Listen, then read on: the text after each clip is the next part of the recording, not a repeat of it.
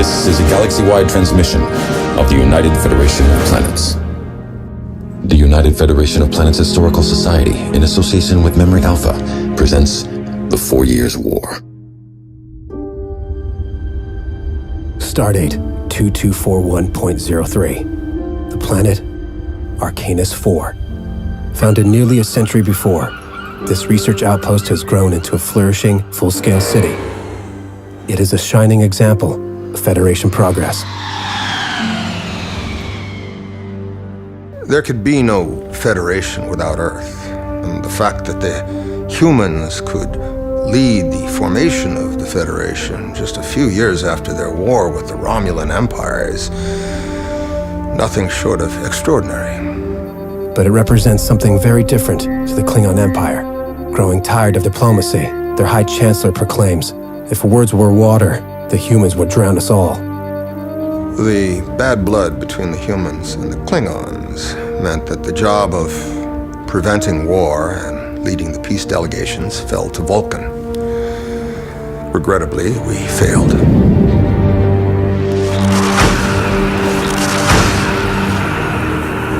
For 12 hours, the Klingon disruptors do not stop. Arcanus is reduced to rubble. Thousands of its inhabitants are dead. Countless more are missing. The first victims in what will come to be known as the 4 Years' War.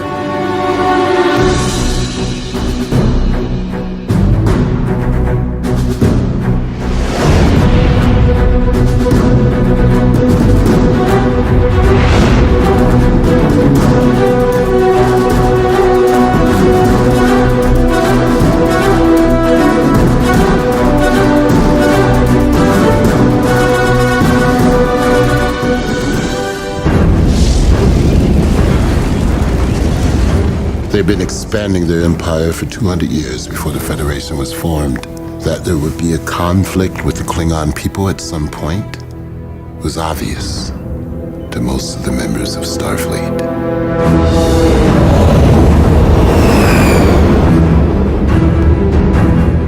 The Klingons were certain that they could merely take anything they wanted. Starfleet's early losses did little to dissuade them of that notion.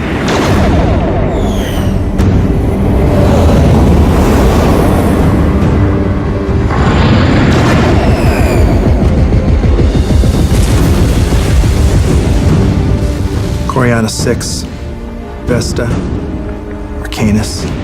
We took some major beatings the first 6 months. For most of that first year, our mission was just to slow them down while we fell back. Unfortunately, the Klingons were unconvinced the Federation was any sort of match for them, and their belief in their superiority left us little room to negotiate. Well, at that point, about the only thing we were doing that impressed the Klingons was dying well. And there was plenty of that. The Klingon Supreme Commander, the architect of the invasions, was a warlord named Karn. Karn the Undying is what they called him. The Klingons revered him, with good reason.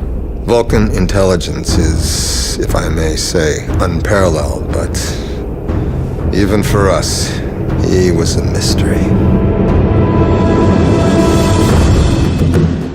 It wasn't until the formation of the Federation that the High Council began to take Earth seriously. And even after the Federation was formed, many on the High Council thought it as a mere political alliance.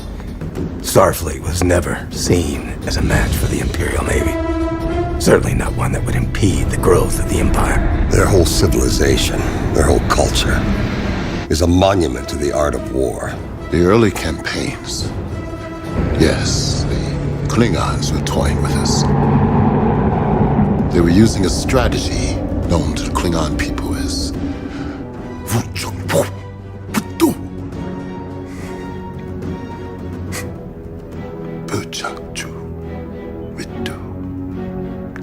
which loosely, roughly translates as the strategy of least respect.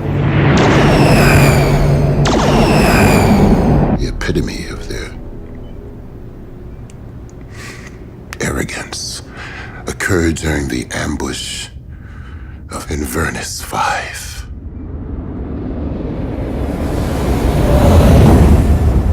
The Inverness system, as you call it, was our first objective. Inverness. 5 planets, all colonized.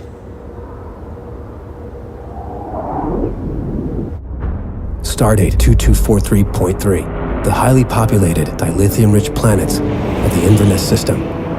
For your kind, those planets are merely a source of dilithium. For us, those planets are sacred. Goddamn Inverness 5.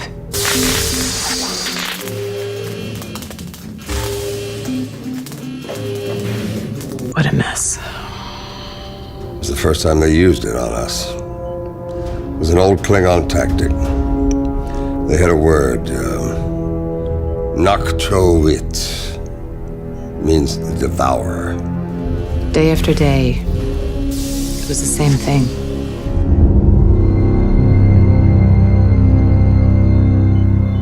I'd get called in to support some kind of counterattack. By the time I got into orbit, my orders had been changed. Attack called off. Battle was already over. We'd pull out of warp into a junkyard. Fragments of starships bouncing off my hull. Fragments of the crews as well. 18 starships destroyed. Pick up the survivors, beam them up. We'd be beaming them up, and one of two things would happen. The transporters would blow out, or the Klingons would show up and start shooting. I could look down from orbit and see trails of smoke.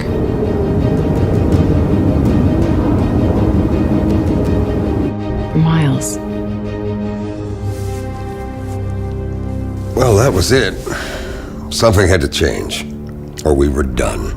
An Andorian acquaintance once said, "Don't push the pink skins to the thin ice." Wasn't very eloquent, but the Klingons found it to prove quite prophetic.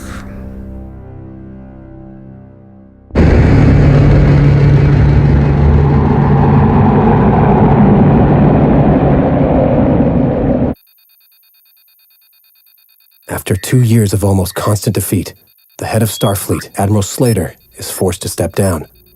Across the Federation, billions wonder who would replace him. I was on the bridge of the Xenophon.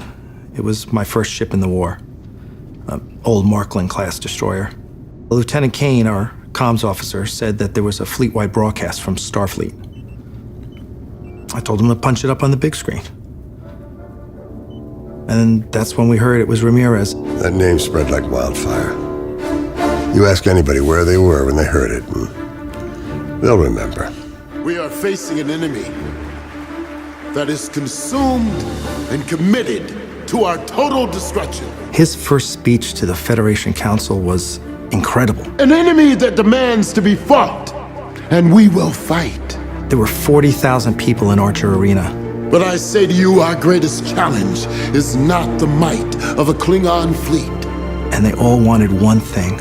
The greatest challenge laying before us is to do what must be done without undoing the dream of the Federation. Hope. For myself, I have but one fear: destroying the dream of the Federation.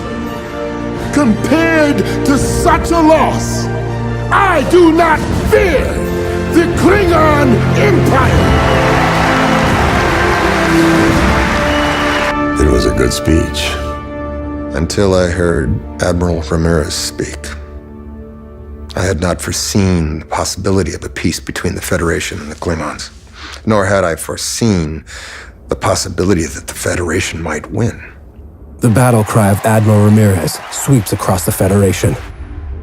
The first goal was create a class of ship that could spring Starfleet back into action, back into battle. We had to leapfrog Klingon technology. It was called the Ares class. It was exactly what we needed. We had over a dozen It was the first pure warship that Starfleet had ever built. As for Vulcans, though we limited our contribution to propulsion, environmental, and defensive technologies, there were many who wanted us to end our participation in the war altogether. A Vulcan's gonna do what a Vulcan's gonna do. But the Andorians, they were happy to supply us the phasers.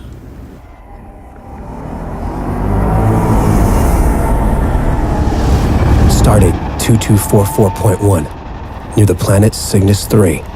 There will always be detractors who think you're taking the initiative too soon, that you're rushing the offensive. I disagreed.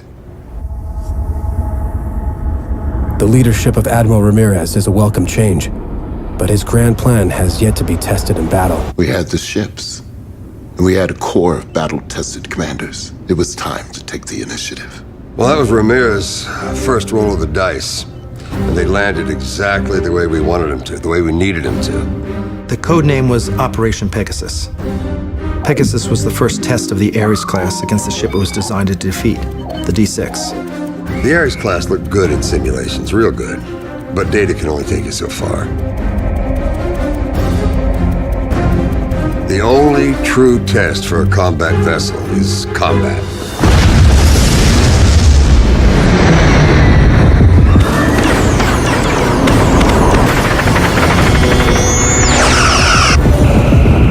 The new Federation ships were unexpected.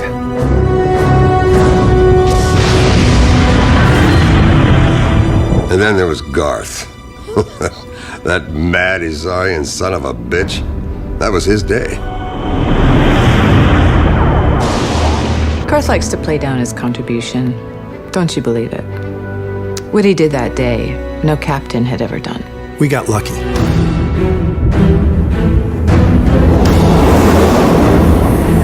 It was Sonya's maneuver that gave me the opening. Sonya pulled a feint to starboard.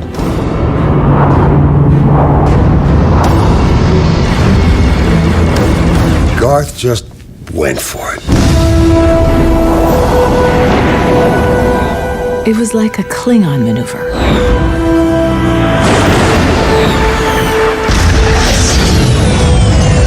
It was a new ship. They said she was tough. I want to see what she could take. After the Battle of Cygnus 3, our ship captain started giving the Federation its due as a worthy adversary. And for the first time, we took notice of Garth of Izar. It was a Klingon that gave me that name. I guess there are a lot worse things that a Klingon could call you. Yeah, sure, I'll tell you. They called me Queen Bitch Whore of the Federation. The Ares class had withstood its first trial by fire and passed through the gauntlet victorious. The Ares had proven itself, and it continued to prove itself. It was bigger, faster, more agile, drip drop. And it was better armed than anything we'd had before. We had lost the advantage.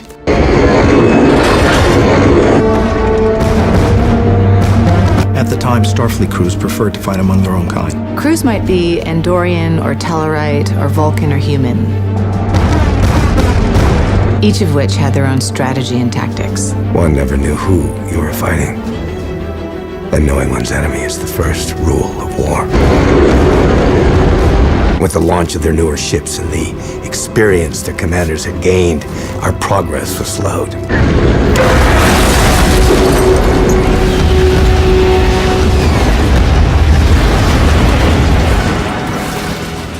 It was frustrating to fight Starfleet. Confident in their Ares cruisers, this brash corps of captains took back 3 systems in 30 days. But the war was not over yet. Stardate 2244.9, Starfleet's next-generation heavy cruiser, is behind schedule. Admiral Ramirez himself arrives to deal with the problem when he receives a coded transmission from Starfleet intelligence. The Klingons were building something. Something big. We heard these rumors about the D7. We'd proven we could take on the Klingons. But the D7 changed all that. D7 would break the back of Starfleet. We had 3 shipyards across the Klingon Empire built there. If the Klingon High Council had listened to Karn, If the High Council had listened to me, they would have had D7s at Cygnus 3, the D7 would have been ready for battle. and all our new Ares-class ships would have been cut to pieces. And we would have defeated the Federation.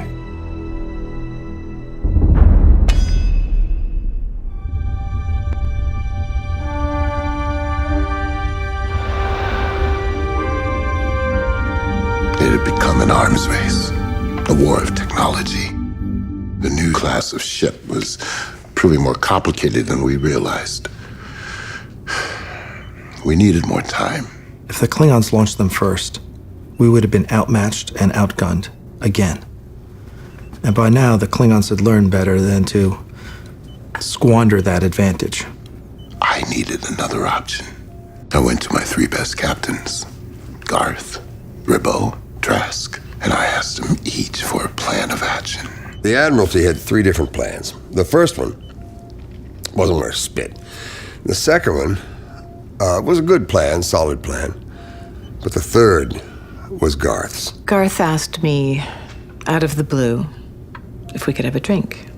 That's when I told her I had an idea for a battle plan. My first reaction, let me just say this. I was really glad we were drinking. Garth and Sonia came into my quarters. I showed him a rough outline of my plan, and I said, "What do you think?" Sam sat there. He looked at it, and then he looked at me. And he said, 100% insanity.